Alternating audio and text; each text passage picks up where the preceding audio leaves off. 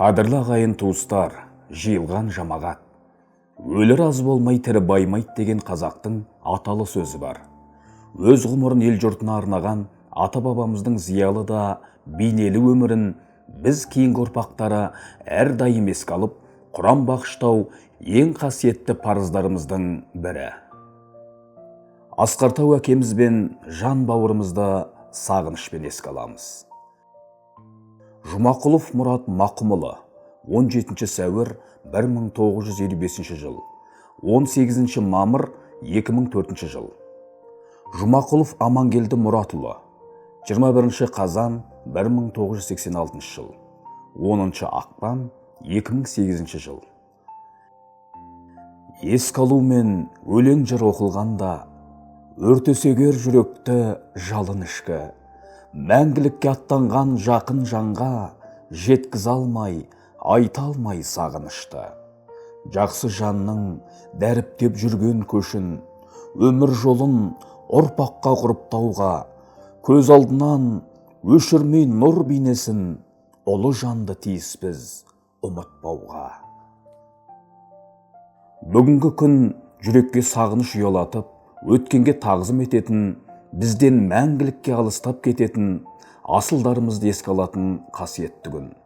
Еске алу бұл тек естелік емес, бұл жүрекпен тілдесу, рухпен сырласу. Бұл өткеннің қадірін түсініп, болашаққа үмітпен қарау. Әке мен бауырымыз осы өмірден озса да, жүрегімізден өшкен емес. Бұл өмір кімнен қалмаған, талай жайсаң мен жанашырдан, батыр мен ақыннан, ғұлама мен данышпаннан да қалған жалған дүние. Тек ең бастысы, әр адам 5 күндік жер басып жүру бақытын ғибратты өткізу. Сол кезде ғана еңбегің ел есінде сақталып, өшпес ізің қалады. Сондай еңбегі еленіп, сый құрметке бөленген жанның бірі әкеміз Жұмақұлов Мұрат Мақұмұлы еді. Әрқашан жадыраңқы көңіл күймен ортасына шуақ шашып, күлімдеп жүретін ақ көңіл адам.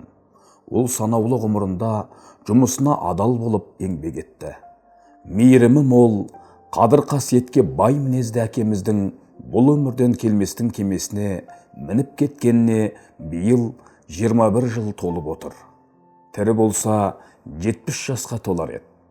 Жүйткіген уақыт десеңші, байыппен сөйлеп, қолынан келген қамқорлығын аямаған, өткір, нақты шешім қабылдайтын, қайсарлықтың үлгісі болған ардақты әкеміз Жұмақұлов Мұрат Мақұмұлы 1955 жылы 17 сәуірде Индер ауданы Гори ауылы, қазіргі Аққала ауылы. Әкесі Мақым мен анасы Үміттің шаңырағында дүниеге келді. Руы Сұлтансұйық Масқар. Бір құрсақтан тараған 7 ағайынды Ханшайым, Хансұлу, Жұматай, Қуантай, Нұрсұлу және Амантай бауырларымен тай құлындай тебісіп, балалықтың бал қызығын бірге тамашалады. 1962 жылы өзі қарайлас балалармен бірге Елтай орта мектебінің табалдырығын аттады. Ұстаздардың берген білімі мен тәлімін өмірлік жолына мақсат ете білген Мұрат Мақұмұлы 1972 жылы білім ошағын аяқтап, есею кезеңіне аяқ басады. 1973-1975 жылдары Совет армиясының қатарына шақырту алып, Украина мемлекетінің Тернопольский районы Гродно қаласынан, одан әрі Белоруссия елінен әскери борышын аман-есен өтіп келді.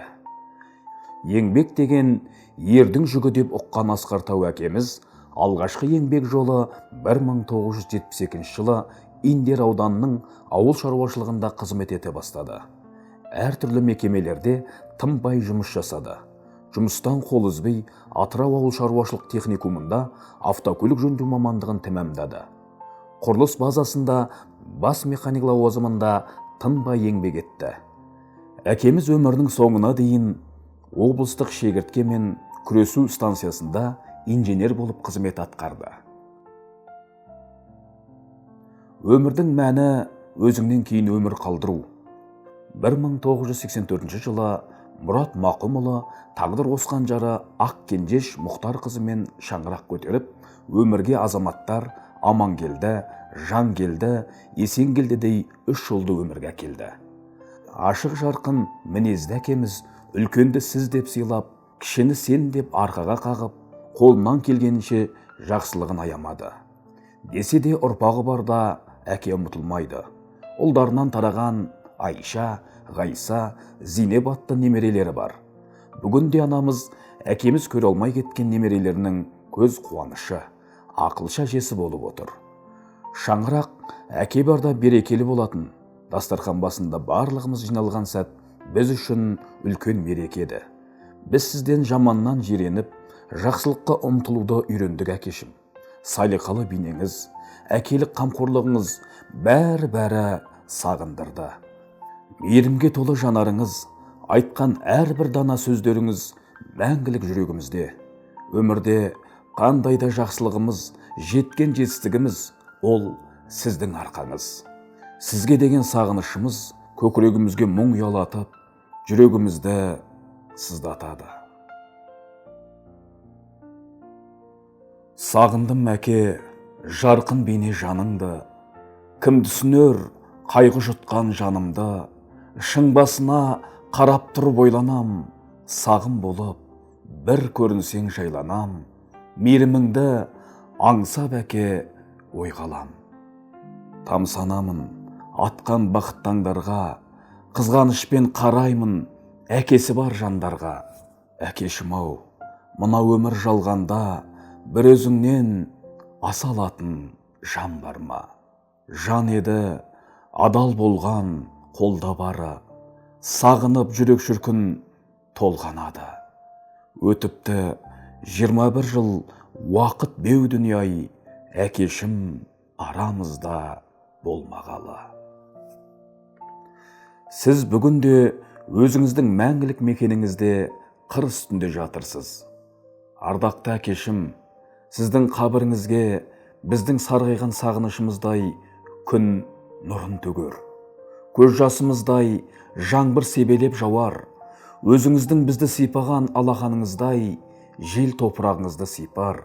Әрине, біздің жазғанымыз теңіздің тамшысындай ғана. Алайда әкеміздің қажырлы да талғамды ісі бүгінгі және кейінгі ұрпаққа үлгі өнеге болары сөзсіз. Жылжып жылдар да өтер, бірақ еш нәрседе өзіңді ұмыттыра алмас. Жаның жәннатта болсын, жан әке. Біз сізді сағындық.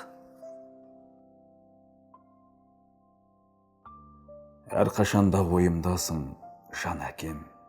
Әкелерін сағынбайтын жан бар мекен. Әкешім, оңашамен қалғанда, сен аңсап, сағынамын жалғанда. Арамызды Құран ғана жалғаған, пендеміз ғой, дұғамыз бар арнаған. Жәннат үйің жаныңда аралатсын, жаратушым жанына паналатсын. Әкешім, отың бар сөнбейтұғын, ол мәңгілік жанады, көрмейтінім. Ұрпағың бар, ел менен ер намысың, тірі тұрса қолынан бермейтұғын. Жатқан жерің жәннаттың төрі болсын, иманыңыз мәңгілікке жолдас болып, әруағың ұрпағыңды қолдап жүрсін.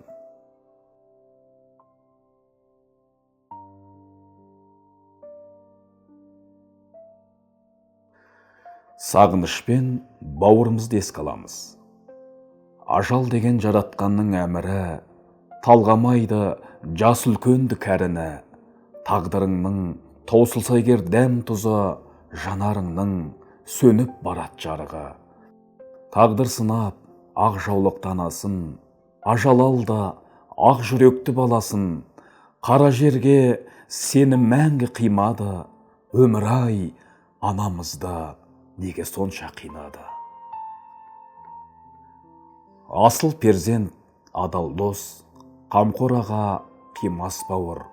Жұмақұлов Амангелді Мұратұлын сағынышпен еске аламыз.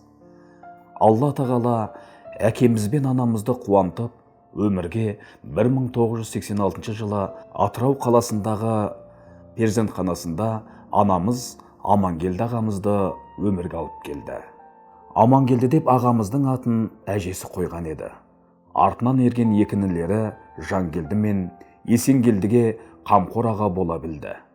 1993 жылы Гагарин атындағы мектеп табалдырған аттап, 2001 жылы Гагарин мектебінің түлегі атанды. Екінші сыныптан бастап әкеміздің жанынан шықпай, машина жөндеуге деген қызығушылығы артып, және оның қыр-сырын үйренуге ағамыз машина жөндеуден жан салмайтын. Орал мотоцикл моторын қайта шашып, қайта құру ол үшін еш қиын емес еді.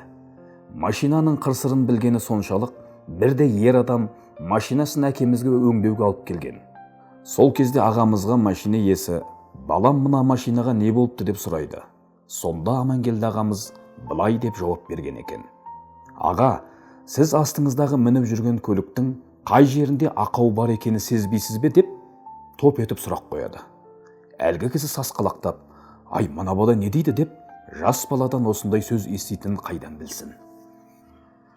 2004 жылы әкеміз жалған дүниемен қош айтысып, жаратқан иесіне қайтады. Әкеміз қайтыс болғаннан кейін ағамыз ерте ер жетіп, анамызға қолғанат болады. Ағамыздың өнерге деген махаббаты ерекше еді.